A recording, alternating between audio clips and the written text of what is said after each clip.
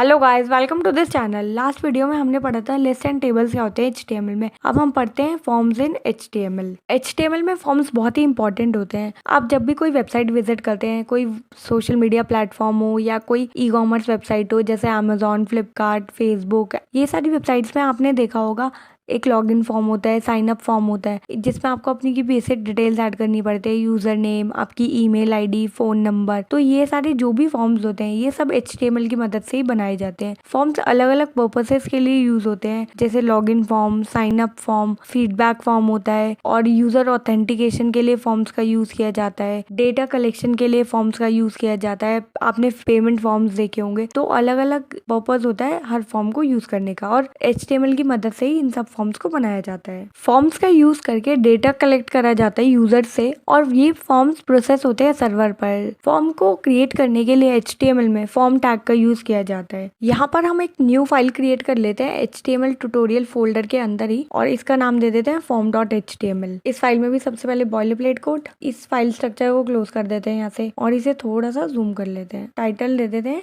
HTML form. Right click करेंगे और यहाँ से शो प्रीव्यू पर क्लिक करके हमारी लाइव सर्वर प्रीव्यू एक्सटेंशन का यूज करते हैं। फॉर्म क्रिएट करने के लिए आपको सबसे पहले यूज करना पड़ेगा फॉर्म टैग का। यहाँ लिखेंगे फॉर्म टैग, ये आ गया आपका फॉर्म। फॉर्म में बहुत सारे एट्रीब्यूट्स होते हैं, हमने एट्रीब्यूट्स पढ़े थे। एट्रीब्यूट्स क्या होते हैं? ऐसे ही हर टैग के बहुत सारे एट्रीब्यूट्स होते हैं, ऐसे ही फॉर्म के भी बहुत सारे एट्रीब्यूट्स होते हैं। सबसे पहला एट्रीब्यूट होता है उसका एक्शन। एक्शन डिफाइन करता है कि आपका जब फॉर्म आप सबमिट करेंगे, चाहे वो एक लॉगिन फॉर्म हो या कोई भी फॉर्म हो, तो उसमें जो भी डिटेल्स आप फिल करेंगे तो उन डिटेल्स का क्या होगा, वो डिटेल्स कहाँ जाकर सबमिट होंगी, वो सब काम होता है आपका एक्शन का। अब आपको एक्शन एट्रीब्यूट में आप लिखना पड़ता है आपकी फाइल का नाम, जहाँ पर आपका फॉर्म जाके सेव होने वाला है, वो नाम आप अपने एक्शन में लिख देते हैं। यहाँ पे लेट से मैं लिख देती हूँ process.php। process.php मेरी फाइल का नाम हो गया है, जहाँ पे मेरा फॉर्म जाके सबमिट होगा। ये सारा काम होता है आपका बैकएंड का। आपका फॉर्म बैकएंड में जाके सबमिट होता है, और जो भी इसमें सारी डिटेल्स होती है वो सबमिट हो जाती है और प्रोसेस होती है जाके। यहाँ मैंने बैकएंड में PHP लैंग्वेज यूज करी है, इसीलिए मैंने PHP लिख दिया। अभी हमारा काम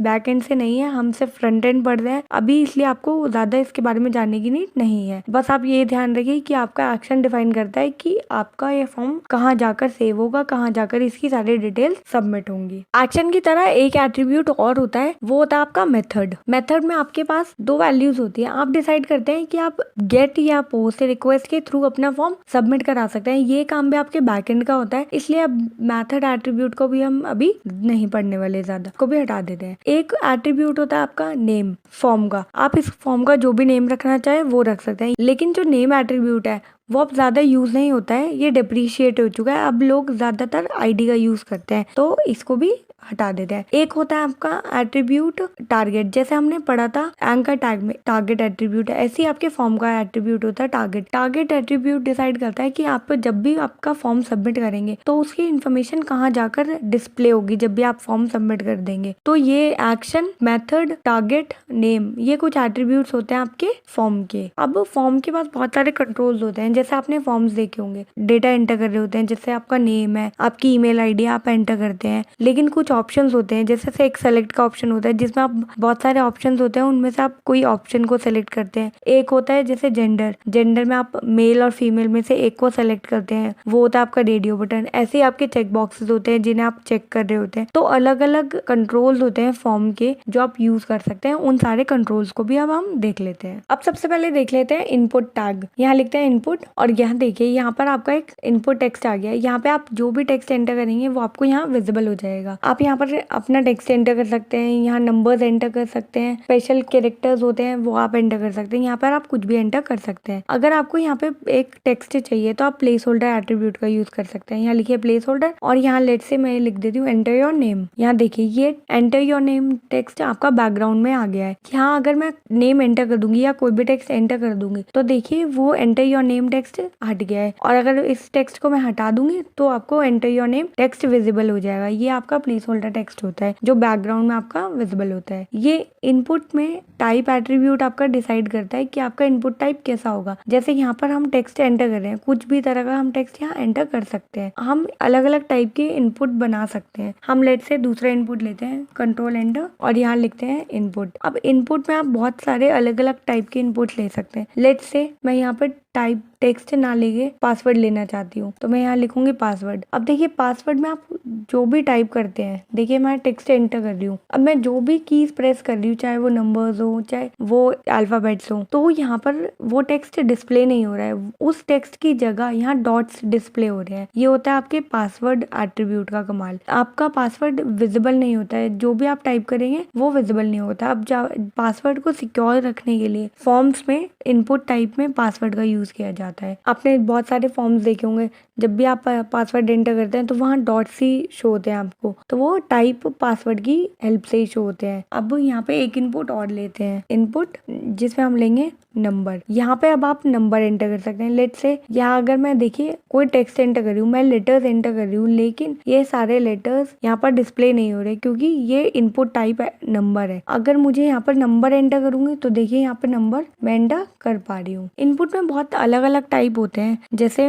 यहाँ टेक्स्ट ना लिख के हम कुछ और लिखना चाहें, जैसे मैं ईमेल लिखूं तो मैं यहाँ पर ईमेल एंटर कर सकती हूँ। मैं ईमेल ना लिख के यहाँ चेक बॉक्स लिखूंगी अगर, तो देखिए ये मेरा इनपुट चेक बॉक्स में कन्वर्ट हो गया। अब मैं इसे चेक कर सकती हूँ, अनचेक कर सकती हूँ, चेक अनचेक। तो आप ऐसे अलग अलग आपके इनपुट टाइप बना सकते हैं। आप इसे रेडियो बटन भी बना सकते हैं। देखिए यहाँ मैं इसे सेलेक्ट कर सकती हूँ, तो ये होता है आपका रेडियो बटन। आपके अलग अलग बहुत सारे इनपुट होते हैं। आप एक एक करके अपने सारे इनपुट्स को देख लीजिएगा, आपको समझ आ जाएंगे। अब इस रेडियो बटन को मैं लिख लेती हूँ मेल के लिए, तो मैं यहाँ लिख दूंगी मेल, और ये देखिए यहाँ लिखा गया। एक रेडियो बटन हम और लेते हैं, यहाँ लिखेंगे इनपुट और आप कॉलन लगाएंगे, यहाँ मैं लिख दूंगी रेडियो, तो देखिए मेरा यहाँ रेडियो बटन आ गया। इस रेडियो बटन में मैं लिख देती हूँ फीमेल, क्योंकि मैं यहाँ जेंडर सेलेक्ट करूंगी। यहाँ लिख दिया मैंने फीमेल। इन दोनों में आपको वैल्यूज लिखनी होती है, वैल्यू एट्रीब्यूट का यूज करना होता है। वैल्यू एट्रीब्यूट आपका जो भी वैल्यू आपकी सबमिट होगी वो यहाँ पर आ जाती है। यहाँ मैं लिख देती हूँ मेल। अगर मैं यहाँ लिखूंगी मेल स्मॉल में, तो ये वैल्यू जब भी मेरा ये फॉर्म सबमिट होगा, अगर यूजर ने मेल सेलेक्ट करा होगा तो यहाँ से ये वाला मेल नहीं, ये जो वैल्यू में लिखा होता है ये वैल्यू सबमिट होती है आपकी जब भी आप फॉर्म सबमिट करते हैं। और यहाँ पे मैं वैल्यू लिख देती हूँ फीमेल, तो जब भी यूजर फॉर्म सबमिट करेगा तो ये वैल्यू से सबमिट हो जाएगी। अब यहाँ पर मैं रेडियो बटन पे क्लिक करती हूँ। देखिए मैंने मेल पे करा सेलेक्ट हो गया, फीमेल सेलेक्ट करा सेलेक्ट हो गया। लेकिन मैं चाहती हूँ कि इन दोनों में से, ये दो ऑप्शन है मेरे, इन दोनों में से एक ही ऑप्शन सेलेक्ट होना चाहिए। तो वो काम कैसे कर सकते हैं? वो काम कर सकते हैं आप नेम का यूज करके, नेम एट्रीब्यूट का। यहाँ लिखेंगे नेम और इसको आप नेम दे दीजिए। मैं लेट से नेम दे देती हूँ जेंडर, और यहाँ पे भी दोनों रेडियो बटन पे आपको सेम नेम देना है। मैंने दोनों में सेम नेम दे दिया है जेंडर। और अब देखते हैं मेल को क्लिक करके, क्लिक करा मेल, क्लिक हो गया। अब मैं अगर फीमेल पे क्लिक करूंगी तो देखिए मेल अनसेलेक्ट हो गया और फीमेल सेलेक्ट हो गया। मेल पे क्लिक करा तो मेल सेलेक्ट हो गया। ये होता है आपका रेडियो बटन में से। अगर आपको एक ही रेडियो बटन को सिलेक्ट करवाना है तो आप यूज कर सकते हैं नेम एट्रीब्यूट का। आपको सेम नेम देना पड़ेगा दोनों रेडियो बटन को। आपके दोनों इनपुट का जिनका टाइप रेडियो है उनको सेम नेम दीजिए और आपका इनमें से एक ही सिलेक्ट हो जाएगा। अगर आपके बहुत सारे मल्टीपल ऑप्शंस हो, 2 की जगह 3 हो, 4 हो या ज्यादा हो, तो भी आप ये काम कर सकते हैं। अब देख लेते हैं लेबल टैग को। लेबल टैग का यूज क्या होता है? जब भी आपका यूजर फॉर्म फिल कर रहा होता है तो लेबल टैग आपका एक डिस्क्रिप्शन दे देता है हर फील्ड के बारे में, कि इस फील्ड में आपको यूजर नेम एंटर करना है, इस फील्ड में आपको नंबर एंटर करना है। तो लेबल टैग का यूज करके आपके फॉर्म की यूजेबिलिटी और रीडेबिलिटी बढ़ जाती है। एक बार लेबल टैग को यूज करके देख लेते हैं जिससे आपको अच्छे से समझ आ जाए। यहाँ लिखते हैं लेबल, और यहाँ पे लेबल में एक होता है एट्रीब्यूट फॉर। लेबल टैग में फॉर एट्रीब्यूट मैंडेटरी होता है जिसको आपको यूज करना ही पड़ता है। फॉर एट्रीब्यूट को आईडी के साथ एसोसिएट किया जाता है, उस एलिमेंट की जिसके साथ आप अपना लेबल एसोसिएट करना चाहते हैं, लिंक करना चाहते हैं। मुझे इस लेबल को इस मेल इनपुट रेडियो टैग के साथ एसोसिएट करना है, तो मैं क्या करूंगी, यहाँ पे यूज करूंगी जैसे वैल्यू और नेम एट्रीब्यूट है ना, एक होता है एट्रीब्यूट आईडी। आईडी एक यूनिक एट्रीब्यूट होता है, जैसे आपका रोल नंबर होता है, आपका रजिस्ट्रेशन नंबर होता है, आधार नंबर होता है, वो यूनिक होता है, वो किसी के साथ और मैच नहीं करता। ऐसे ही आपके हर एलिमेंट को आप आईडी दे सकते हैं जो यूनिक होती है। लेट से मैं इसको आईडी दे देती हूँ M1, तो मुझे यही आईडी M1 जो मैंने यहाँ दी है आईडी, वही मुझे फॉर एट्रीब्यूट में लिखनी होगी, तो मैं यहाँ लिख दूंगी M1। तो अब जो ये वाला लेबल है मेरा, ये लेबल एसोसिएट हो जाएगा मेरे इस इनपुट के साथ, इस रेडियो बटन के साथ। अब इसलिए आप क्या सोचेंगे कि इस लेबल का यूज क्या है? इस लेबल का यूज है जैसे अब मुझे मेल को सेलेक्ट करने के लिए इस रेडियो बटन पे ही क्लिक करना पड़ता था, अब मैं ये कर सकती हूँ सिर्फ मेल पे क्लिक करूंगी तो मेल पर क्लिक करके भी देखिए मेरा रेडियो बटन सेलेक्ट हो गया। अगर मैं फीमेल पे देखिए मैंने कोई भी लेबल एसोसिएट नहीं करा है, तो मैं फीमेल पे क्लिक करूंगी अगर, तो फीमेल पे ही क्लिक हो रहा है, मेरा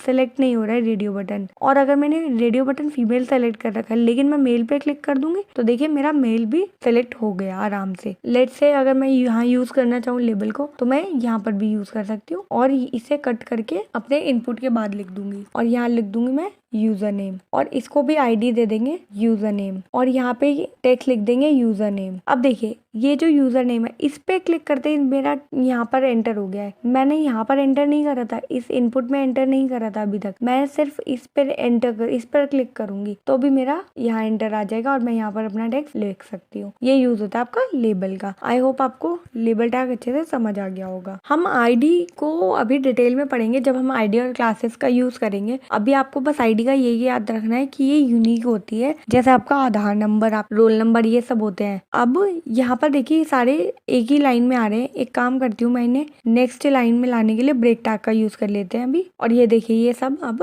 न्यू लाइन में आ चुके हैं। अब जैसे हमने हमारा इनपुट टैग देखा है, ऐसे ही फॉर्म के कुछ और एलिमेंट्स होते हैं जिन्हें हम देख लेते हैं। एक होता है आपका टेक्स्ट एरिया। देखिए टेक्स्ट एरिया लिखा, यहाँ पर आगे नेम, आईडी, कॉलम्स, रोज, ये सारे डिफॉल्ट एट्रीब्यूट्स आ जाते हैं आपके। मैं नेम का यूज करना चाहूँ तो कर सकती हूँ, आईडी का भी अगर देना चाहूँ तो दे सकती हूँ। अगर आप नहीं देना चाहते तो इनको हटा दीजिए। कॉलम्स और रोज आपके बताते हैं कि आपको इस टेक्स्ट एरिया में कितने रोज चाहिए। अगर सपोज कीजिए यहाँ 30 आ रहे हैं कॉलम्स, मैं अगर 3 कर दूं तो देखिए मेरा टेक्स्ट एरिया कुछ ऐसा हो गया। मैं इसे 30 कर देती हूँ। अब मेरे रोज देखिए 10 रोज में ये टेक्स्ट एरिया कुछ इतना बड़ा है। अगर मैं इसे 20 कर दूंगी तो देखिए ये कितना बड़ा हो गया। जैसे आप कोई फीडबैक फॉर्म बनाते हैं और फीडबैक लिखने के लिए आप यूजर को एक एरिया प्रोवाइड करते हैं तो वो टेक्स्ट एरिया की मदद से होता है। आप कुछ इस तरह से भी रिसाइज कर सकते हैं इसे, बट इसे यूज करना सही नहीं होता है। इसे हम CSS से हटा देते हैं क्योंकि हम नहीं चाहते कि यूजर इसे खुद रिसाइज करे, क्योंकि इससे आपकी वेबसाइट की फॉर्मेटिंग खराब हो जाती है, तो इसे हम यूज नहीं करते हैं ऐसे। टेक्स्ट एरिया बेसिकली आपका मल्टी लाइन इनपुट है। टेक्स्ट एरिया में एक एट्रीब्यूट होता है मैक्स लेंथ, आप उसका भी यूज कर सकते हैं। यहाँ पे लिखती हूँ मैं मैक्स लेंथ और यहाँ पर आप कितनी भी लेंथ ले सकते हैं। लेट से मैं अगर 5 लिखूं तो मैं यहाँ 5 से ज्यादा वर्ड एंटर नहीं कर पाऊंगी। देखिए मैंने एंटर करे अपने 5 वर्ड्स, इसके बाद देखिए मैं एंटर ही नहीं कर पा रही। मैं अपनी कीज प्रेस जरूर कर रही हूँ लेकिन वो एंटर नहीं हो रहा है। अगर मैं इसे 10 कर दूंगी, ये देखिए मैंने 10 लेटर्स एंटर करे, उसके बाद मैं एंटर नहीं कर पा रही हूँ। तो आप मैक्स लेंथ आपकी सेलेक्ट कर सकते हैं। ऐसा नहीं कि आप मैक्स लेंथ सिर्फ और सिर्फ टेक्स्ट एरिया में यूज कर सकते हैं, मैक्स लेंथ आप कहीं भी यूज कर सकते हैं। आप इनपुट टैग के साथ भी अपने मैक्स लेंथ का यूज कर सकते हैं। इसके बाद होता है एक फॉर्म एलिमेंट सेलेक्ट। यहाँ सेलेक्ट में आपको बहुत सारे ऑप्शन में से एक ऑप्शन सेलेक्ट करवाना होता है, तब आप यूज करते हैं। इसके साथ यूज करना होता है आपको ऑप्शन टैग का। यहाँ पर आपको लिखनी होती है वैल्यू। मैंने आपको बताया वैल्यू में हमेशा आपकी वैल्यू वो लिखी जाती है जो आप सबमिट करना चाहते हैं, वो वैल्यू नहीं जो आपके यूजर को दिख रही होती है। जैसे यहाँ पर मेल मैंने कैप लिखा है, कैप्स में M लिखा है और मेल लिखा है, यहाँ पे मैंने यही स्मॉल में लिखा है। अगर मैं यहाँ पर फीमेल लिख दूंगी वैल्यू में और यूजर को मेल शो हो रहा होगा, तो जो यूजर को डिस्प्ले हो रहा है मेल लेकिन वैल्यू में फीमेल है तो फीमेल सबमिट हो जाएगा आपका जब आप फॉर्म सबमिट करेंगे। इसीलिए आपको वैल्यू का ध्यान रखना होता है। तो मैं यहाँ पे लिख देती हूँ क्लास 10th। तो देखिए यहाँ पे ये शो रही है और इसे एक काम करते हैं न्यू लाइन भी एंटर कर लेते हैं, ब्रेक टैग का यूज करिए। और देखिए यहाँ पर अभी ये एक ही ऑप्शन सेलेक्ट हो रहा है क्योंकि ऑप्शन ही हमने एक बनाया है। मैं इसी ऑप्शन को कॉपी करती हूँ, शिफ्ट ऑल्ट और डाउन एरो की, ये हमारा ऑप्शन आ गया दूसरा। मैं यहाँ पे लिख देती हूँ क्लास 11th और यहाँ 11th और एक बार इसे और कॉपी करते हैं और यहाँ लिख देते हैं क्लास 12th। और यहाँ देखिए अब यहाँ पर मेरे पास 3 ऑप्शन आ गए, क्लास 10th, क्लास 11th और क्लास 12th। अब मैं जो भी क्लास सेलेक्ट करूंगी वही मेरी क्लास सेलेक्ट हो रही है। देखिए मल्टीपल ऑप्शंस में से जब आपको एक ही ऑप्शन सेलेक्ट करवाना है तब आप सेलेक्ट का यूज करते हैं। ये आपको एक ड्रॉप डाउन लिस्ट दे देता है। हमने इनपुट टैग देख लिया, टेक्स्ट एरिया देख लिया, सेलेक्ट देख लिया। एक होता है आपका बटन। आपको जब बटन्स क्रिएट करने होते हैं अपने फॉर्म में, चाहे आपका वो सबमिट बटन हो, रीसेट बटन हो, तो अलग अलग बटन आप बटन टैग का यूज करके बनाते हैं। यहाँ पे वो भी देख लेते हैं। यहाँ यूज करेंगे BR टैग, एंटर और यहाँ लिखेंगे बटन। बटन में आप जो भी टेक्स्ट डिस्प्ले करवाना चाहते हैं वो आप यहाँ लिखते हैं। और ये देखिए ये आपका बटन यहाँ आ गया। यहाँ आप अपने बटन का टाइप भी सेलेक्ट कर सकते हैं। मैं यहाँ लिखूंगी टाइप, तो यहाँ पर अपना सेट कर सकते हैं कि आपका बटन क्या है। बटन है, नॉर्मली मेन्यू है, या सबमिट बटन है, या रीसेट बटन है, वो आप यहाँ पर सेलेक्ट कर सकते हैं। मेरा सबमिट बटन है तो मैं यहाँ सबमिट लिख दूंगी। ऐसे आप अपना बटन बना सकते हैं। एक मैं आपको चेक बॉक्सेस का भी बता देती हूँ, एक इनपुट और लेकर। यूजर। यहाँ पे लेते हैं br टैग और यहाँ लेंगे इनपुट टैग। इस इनपुट को मैं बनाऊंगी चेक बॉक्स। अब ये जो चेक बॉक्स आ रहा है, अगर मैं चाहती हूँ ये स्टार्टिंग में ही चेक हो तो मैं यहाँ एक एट्रीब्यूट का यूज कर सकती हूँ, चेक्ड। और देखिए स्टार्टिंग में चेक होगा। कुछ फॉर्म्स होते हैं जब आप चाहते हैं कि ये चेक बॉक्स ऑलरेडी चेक्ड हो तो आप चेक्ड एट्रीब्यूट का यूज करेंगे। ये एट्रीब्यूट में सिर्फ आपको चेक्ड लिखना होता है, इसमें कोई वैल्यू पास नहीं करनी होती। एक एट्रीब्यूट होता है आपका रिक्वायर्ड। रिक्वायर्ड मोस्टली यूज होता है इनपुट टैग्स या टेक्स्ट एरिया के साथ साथ। जैसे अगर मैं इस टेक्स्ट एरिया में लिख दूं एट्रीब्यूट रिक्वायर्ड तो ये एट्रीब्यूट हो जाएगा रिक्वायर्ड। अब जब भी यूजर इस फॉर्म को सबमिट करेगा कि उसे ये फील्ड, ये टेक्स्ट एरिया फिल करना ही पड़ेगा। देखिए यहाँ पर लिखा रहा है already, please fill out this field. ये होता है रिक्वायर्ड एट्रीब्यूट का यूज। एक होता है आपका रीड ओनली। जब आपको कोई फॉर्म का एलिमेंट रीड ओनली बनाना है, सिर्फ यूजर उसको रीड करे, इंटरैक्ट नहीं कर सकता उस एलिमेंट के साथ यूजर। एक होता है आपका डिसेबल्ड। डिसेबल्ड एट्रीब्यूट का भी आप यूज कर सकते हैं। डिसेबल्ड लिखने के बाद इसका कलर चेंज हो गया है और अब मैं इस पे क्लिक कर रही हूँ तो क्लिक नहीं हो रहा है, चाहे मैं इस पे यूजर नेम पे लेबल पे क्लिक करूँ या फिर मेरे इनपुट टैग पे, तो ये डिसेबल ही है। एक एट्रीब्यूट और होता है आपका जो होता है साइज एट्रीब्यूट, जो यूज होता है आपके सेलेक्ट के साथ। सपोज कीजिए मैं यहाँ लिख दूं साइज। अब मेरे पास यहाँ 3 ऑप्शन है, मैं चाहती हूँ सिर्फ 2 यूजर को विजिबल हो, तो यहाँ पर देखिए 2 विजिबल हो गए। अगर मैं चाहती हूँ एक विजिबल हो जाए बाय डिफॉल्ट ही तो एक ही विजिबल होगा। अगर मैं चाहती हूँ यूजर को स्टार्टिंग से ही तीनों विजिबल हो तो देखिए तीनों विजिबल हो जाएंगे। लेकिन इस एट्रीब्यूट का लोग यूज करते ही नहीं है क्योंकि मोस्टली सब चाहते हैं कि एक ही वैल्यू शो हो, एक ही ऑप्शन शो हो, बाकी ऑप्शन शो ही ना हो यूजर को। एक होता है मल्टीपल। इसमें क्या होता है, इसमें आप मल्टीपल वैल्यू सेलेक्ट कर सकते हैं। एक होते हैं आपके एट्रीब्यूट मिन और मैक्स। जैसे मैंने आपको बताया था मैक्स लेंथ होता है। मैक्स लेंथ आपका डिसाइड करता है कि आपको कितनी मैक्सिमम लेंथ लिखनी है। ऐसे होता है मिन और मैक्स, ये नंबर है। मैं चाहती हूँ इसमें मिनिमम मैं सेट कर दूं 10। तो अगर यूजर इससे कम एंटर करेगा तो जब भी मैं फॉर्म सबमिट करूंगी तो यहाँ पे एक एरर आ जाएगा। इसके बाद एक और आता है आपका फील्ड सेट और लीजेंड। फील्ड सेट और लीजेंड ये एलिमेंट आपके यूज होते हैं जब भी आपको ग्रुप करना होता है आपके कुछ फॉर्म कंट्रोल्स को एक साथ। मैं आपको एक बार इसका यूज करके बता देती हूँ। यहाँ पर हमने जहाँ रेडियो बटन यूज करे ना उसके साथ ही यूज करते हैं हम इन्हें। यहाँ पे मैं लिखूंगी फील्ड सेट और यहाँ देखिए F और I लिखते हैं, यहाँ पे लिखा गया फील्ड सेट। और यहाँ पे इसके क्लोजिंग टैग को यहाँ से कट करके मैं हमारा जो ये खत्म हो रहा है, दोनों इनपुट खत्म हो रहे हैं जहाँ, यहाँ पे लिखूंगी। और इस फील्ड सेट के अंदर मुझे लिखना है लीजेंड। और ये देखिए अब इस लीजेंड में मैं जो भी लिखना चाहती हूँ, जो भी मैं चाहती हूँ टेक्स्ट विजिबल हो वो लिख दूंगी। ये देखिए मैंने यहाँ लिख दिया जेंडर। तो यहाँ देखिए जेंडर लिखते ही ये 2 इनपुट्स हैं, 2 रेडियो बटन हैं जो एक साथ जेंडर टेक्स्ट जो यहाँ डिस्प्ले हो रहा है उसमें ग्रुप हो गए हैं। ये भी एक अच्छा तरीका है। अगर आप यहाँ पे चाहते तो आप सिर्फ लेबल का यूज करके भी लिख सकते थे जेंडर। अब आप यहाँ इनमें से कोई भी एक सेलेक्ट कर सकते हैं। तो ये सब होते हैं आपके फॉर्म के कंट्रोल्स, फॉर्म के elements, input tag, label tag, button, select, text area. और इनपुट में भी आपको मैंने बहुत सारे टाइप बता दिए हैं इनपुट के, जैसे ये टेक्स्ट, नंबर, पासवर्ड, ईमेल, ये सब आप टाइप्स का यूज कर सकते हैं। और बहुत सारे एट्रीब्यूट्स भी बताए मैंने जो आप फॉर्म कंट्रोल्स के साथ यूज कर सकते हैं। ये सब का आप यूज करके आपके डिफरेंट फॉर्म्स बना सकते हैं। एक काम करते हैं, जो भी हमने फॉर्म के एलिमेंट्स देखे हैं इन सबको हटा देते हैं और एक कॉन्टैक्ट फॉर्म को बनाकर देखते हैं। और इस पूरे के पूरे फॉर्म टैग को ही मैं रिमूव कर देती हूँ यहाँ से और यहाँ पे एक लेंगे फॉर्म टैग और इसका एक्शन मैं दे देती हूँ अभी जस्ट process.php, क्योंकि मुझे इसमें अभी बैकएंड नहीं लगाना है। अभी हम कोई बैकएंड का काम नहीं कर रहे हैं। हम एक कॉन्टैक्ट फॉर्म बनाएंगे। तो कॉन्टैक्ट फॉर्म के लिए सबसे पहले हमें एक इनपुट चाहिए जिसमें हम यूजर नेम एंटर करवाएंगे और उसमें एक लेबल भी चाहिए होगा, तो उसको लेबल भी ले लेते हैं और इसको लेबल को लिख लेते हैं, इसके फॉर को यूजर नेम। और हमें इस लेबल में क्या लिखवाना है, यूजर नेम। और इनपुट ले लेते हैं और इसका टाइप क्या होगा, हमारा टेक्स्ट होगा, तो कॉलन टेक्स्ट लिख देते हैं। और इसको हम नेम तो हमें आई थिंक नीड नहीं है, इसके नेम को हटा देते हैं और इसको आईडी दे देते हैं यूजर नेम। तो हमारे इनपुट की जो आईडी है वो सेम रहेगी लेबल के फॉर्म में जो हमने ली है। और इसको प्लेस होल्डर भी लिख देते हैं वैसे, एंटर योर नेम। तो ये आ गया हमारा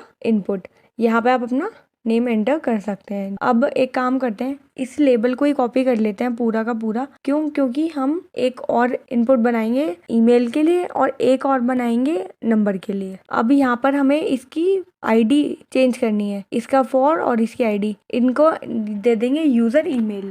मल्टी सेलेक्ट करना है, इसीलिए आपको ऑल्ट प्रेस करना है और ऑल्ट प्रेस करके आप जहाँ भी कर्सर लेकर जाएंगे वहाँ पर का कर्सर आ जाएगा। ये देखिए यहाँ पे आ गया। अब इन दोनों को यूजर ईमेल लिख देते हैं और यहाँ लिख देते हैं एंटर योर ईमेल, ये हो जाएगा आपका मेल। और इसका टाइप भी कर देते हैं ईमेल, ठीक है।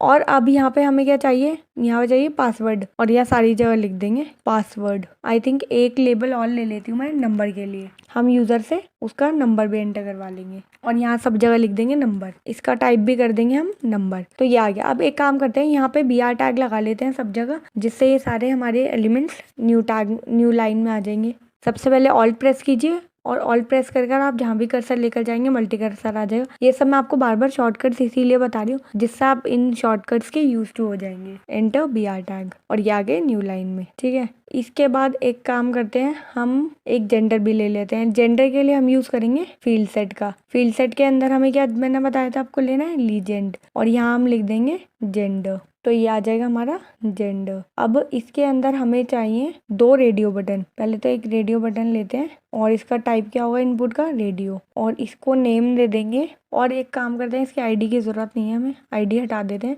और इसे वैल्यू पास कर देंगे मेल, और इसे नेम जेंडर देते हैं, सेम नेम देना है ना हमें, और यहाँ लिख देंगे मेल, और इसी सेम इनपुट को हम कॉपी कर लेते हैं और जहाँ जहाँ मेल लिखा है वहाँ फीमेल लिख देते हैं। तो ये देखिए ये आ गया आपका जेंडर। अभी ये एक ही सेलेक्ट हो रहा है क्योंकि हमने इसका नेम दोनों का ही जेंडर दिया है, ठीक है। यहाँ हम एंटर कर सकते हैं अपना नेम, और यहाँ एंटर कर सकते हैं आईडी, यहाँ एंटर कर सकते हैं पासवर्ड, यहाँ एंटर कर सकते हैं नंबर, यहाँ हो जाएगा हमारा जेंडर, और इसके बाद एक ले लेते हैं बटन। तो ये हो गया हमारा सबमिट बटन। तो ये हमारा हो गया कॉन्टैक्ट फॉर्म। आई नो ये अभी अच्छा नहीं लग रहा है क्योंकि इसमें CSS नहीं है। अगर इसमें हम CSS ऐड कर देंगे तो यही फॉर्म बहुत अच्छे से ब्यूटीफाई हो जाएगा, बहुत सुंदर लगेगा। अगर आपको ये फॉर्म नहीं बनाना है, अगर आप कोई और फॉर्म भी बनाना चाहते हैं, तो मैंने एक फॉर्म वैलिडेशन पे एक वीडियो बना रखी है ऑलरेडी। अगर आपको CSS और जावास्क्रिप्ट नहीं आती तो आप उसका CSS और जावास्क्रिप्ट वाला पार्ट स्किप कर सकते हैं। आप सिर्फ ये देख सकते हैं कि सिर्फ HTML से उस फॉर्म को कैसे बना सकते हैं। अगर आप चाहें तो वो वीडियो देख सकते हैं, आपको लिंक आई बटन में और डिस्क्रिप्शन में दोनों में मिल जाएगा। तो आपको ये फॉर्म अच्छे से समझ आ गया होगा। ये पूरा फॉर्म हमने फॉर्म टैग का यूज करके इसमें बनाया है। आई होप आपको ये एट्रीब्यूट्स और सारे फॉर्म कंट्रोल अच्छे से समझ आए होंगे। अगर आपको कोई डाउट हो तो let me know in the comments. I will try कि मैं हर डाउट का रिप्लाई करूं। अगर आपको ये वीडियो पे पसंद आई हो तो प्लीज लाइक एंड शेयर कर देना, and also subscribe to this channel. मिलते हैं नेक्स्ट वीडियो में, तब तक के लिए bye. Thank you for watching this video.